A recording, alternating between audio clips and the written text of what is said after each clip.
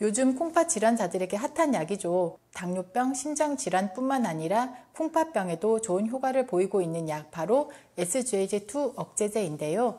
어떤 약인지 자세히 알아보는 시간 마련했습니다. 서울 순천향병원 신장내과 이혜경 교수님 모셨습니다. 교수님 안녕하세요. 네, 안녕하세요. 서울 순천향병원 신장내과 이혜경입니다. 오랜만에 새로운 만성 콩팥병 약물이 나온 만큼 그 관심이 뜨거운데요. SGLT2 억제제를 복용할 때 효과는 최대로, 부작용은 최소로 하기 위해서 꼭 아셔야 할 정보들을 모아서 킹콩님들이 이해하기 쉽게 알려드리겠습니다. 먼저 SGLT2 억제제, 약 이름이 사실 좀 어려워요. 이 약이 어떤 약인지 먼저 소개 부탁드리겠습니다. 처음보다는 그래도 많은 분들이 SGLT2 억제제에 대해서 알고 계신 것 같아요. 이 SGLT2 억제제는 처음에는 2형 당뇨병 치료제로 개발이 되었는데요. 다른 당뇨약들이 인슐린이 작용을 잘하게 만들거나 아니면 인슐린 분비를 촉진해서 혈당을 떨어뜨리는 반면에 이 SGLT2 억제제는 소변으로 포도당이 빠져나가도록 만들어서 혈당이 올라가는 것을 막기 때문에 인슐린과는 별개로 작용을 하게 된다는 점에서 차이가 있습니다. 인슐린과 별개로 작용을 한다고 하셨는데 당뇨약으로서의 기능은 어떤가요? 콩팥 기능이 잘 유지된 분들에서는 당화혈색소가 0.6에서 1% 정도 감소하는 것으로 알려져 있습니다. 하지만 만성 콩팥병 환자분들의 경우에는 사구체 여과율이 60 미만으로 감소하게 되면 이 SGLT2 억제제로 인한 혈당 감소 효과가 떨어지게 됩니다. 그래서 만성 콩팥병 환자분들에서는 혈당 감소 효과를 높이기 위해서 다른 당뇨병 약을 추가해야 되는 경우도 생깁니다. 대신에 SGLT2 억제제는 저혈당 위험은 비교적 낮은 약물이기 때문에 저혈당 위험에서는 안전한 약이라고 말씀드릴 수 있겠습니다. 이 약이 원래는 당뇨약으로 개발이 됐어요. 그런데 어떻게 만성 콩팥병 약물로 쓰이게 되었는지 굉장히 궁금하거든요. 처음에는 2형 당뇨병 환자에서 심장에 대한 안정성 그리고 효과에 먼저 관심을 두고 연구들이 진행이 됐었는데요. 이후에 연구가 진행되면서 콩팥 기능이 떨어지는 것이나 단백뇨를 줄여주는 효과 역시 상당히 좋은 것들을 확인을 하였고요.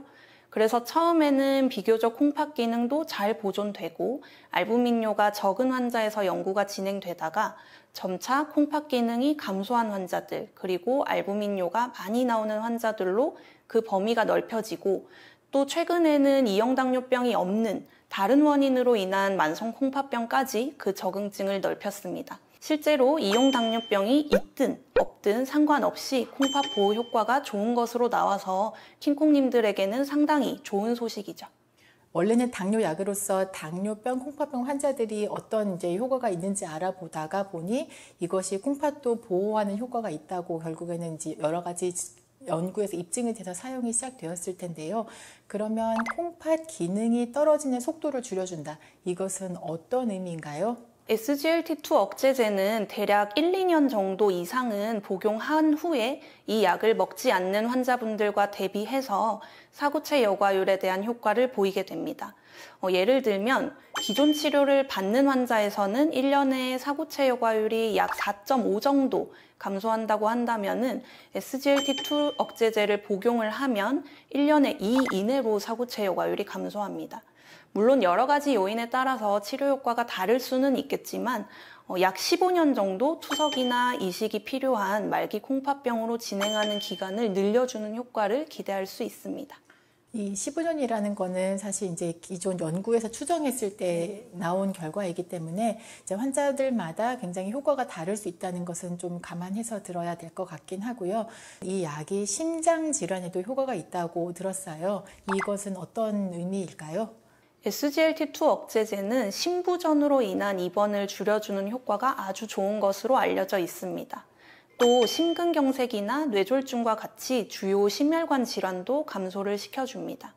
사실 만성 콩팥병과 심장 질환은 이게 뗄래야 뗄 수 없는 관계이기 때문에 만성 콩팥병 환자분들이 SGLT2 억제제를 통해서 콩팥 그리고 심장 모두를 보호할 수 있는 기회를 얻게 된 셈입니다.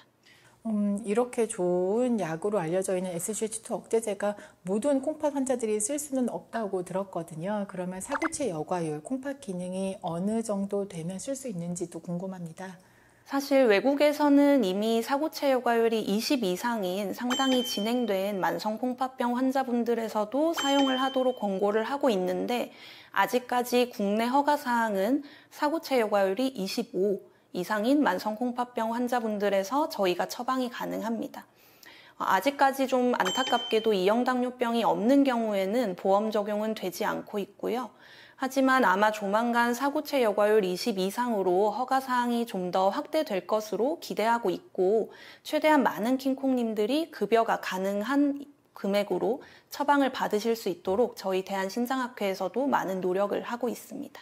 이 약도 사실은 종류가 또 여러 가지 있다고 알려져 있어요. 궁금한 것이 그러면 이 약마다 차이가 좀 있는지 궁금하거든요. SGLT2 억제제 중에서 현재까지 콩팥과 심장 보호 효과를 입증하면서 또 국내에서 처방 가능한 약물은 다파글리플로진이라는 약과 엠파글리플로진이라는 약입니다.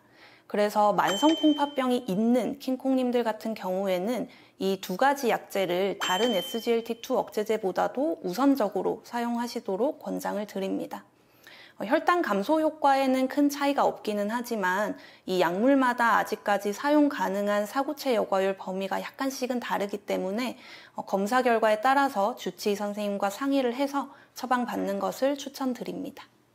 콩팥이 나빠진 원인도 굉장히 다양하고 콩팥병도 굉장히 다양한데요. 그러면 모든 콩팥병에서 다 쓸 수 있는 약인가요?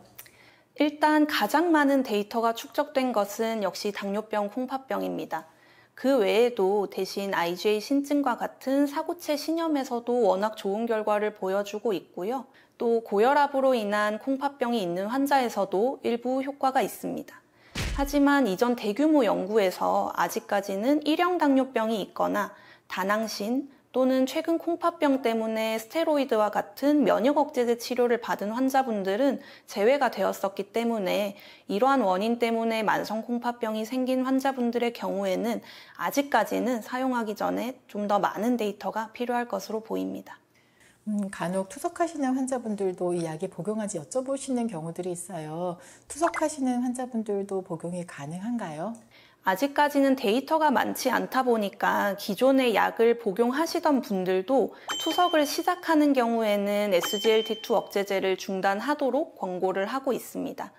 다만 투석을 받는 환자분들에서 이 SGLT2 억제제를 투약하는 임상시험이 진행 중이기 때문에 이 결과가 나와 봐야 저희가 투석 환자분들에서도 SGLT2 억제제를 처방하는 게 실제로 효과가 있는지 그리고 또 안전한지에 대해서 좀 더 알 수 있을 것으로 생각됩니다. 또 각광받는 이유 중에 하나가 SGLT2 억제제가 체중 감소 효과, 또 혈압 감소 효과가 있다고 알려져 있어요. 이것에 대해서도 설명 부탁드립니다. 체중의 경우에는 보통 1에서 3kg 정도 빠진다고 알려져 있습니다. 특히 당화혈색소가 높은 환자분들이 좀 더 많이 빠지는 것으로 이제 연구 결과는 나와 있고요.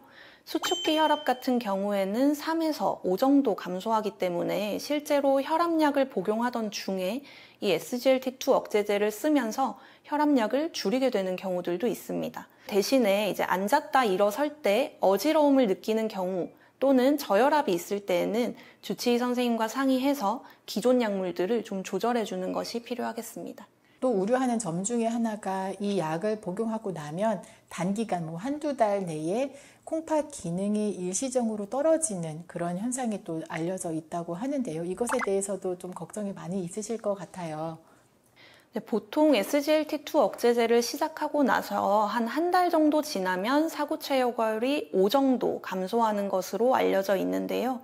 사고체 여과율이 떨어지면 아무래도 킹콩님들은 좀 걱정하실 수밖에 없죠. 이 감소 효과는 오히려 과부하가 걸렸던 사고체가 압력이 떨어지면서 나타나는 반응이기 때문에 보통은 일시적이고 또 SGLT2 억제제를 중단하면 다시 회복하는 것으로 나와 있어서 크게 걱정하실 필요는 없습니다. 대신에 통상적으로 떨어질 것으로 저희가 예상하는 수치보다 갑자기 훨씬 많이 떨어진다면은 혹시라도 콩팥 기능에 영향을 줄 만한 다른 약들이나 상황이 있는 것은 아닌지 재점검이 필요하고 또 주치의 선생님이 검사 결과에 따라서는 SGLT2 억제제를 잠시 중단해 보자고 할 수도 있습니다. 마지막으로 전하고 싶으신 말씀이 있다면? 네, SGLT2 억제제가 최근에 워낙 많은 관심을 받기 때문에 여러 가지 정보들이 좀 쏟아져 나오고 있는데요.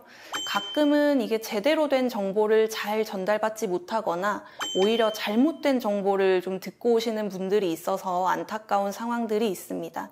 SGLT2 억제제는 장점이 정말 많은 약물이기는 하지만 또 여러 가지 신경 써야 할 점도 이제 많은 약물이기도 한데요. 당뇨병, 콩팥병을 포함해서 만성 콩팥병으로 SGLT2 억제제를 처방받는 분들은 신장내과 선생님들과 꼭 상의를 하면서 대처가 필요한 상황이 생기면 적절한 도움을 받으실 수 있으면 좋겠습니다.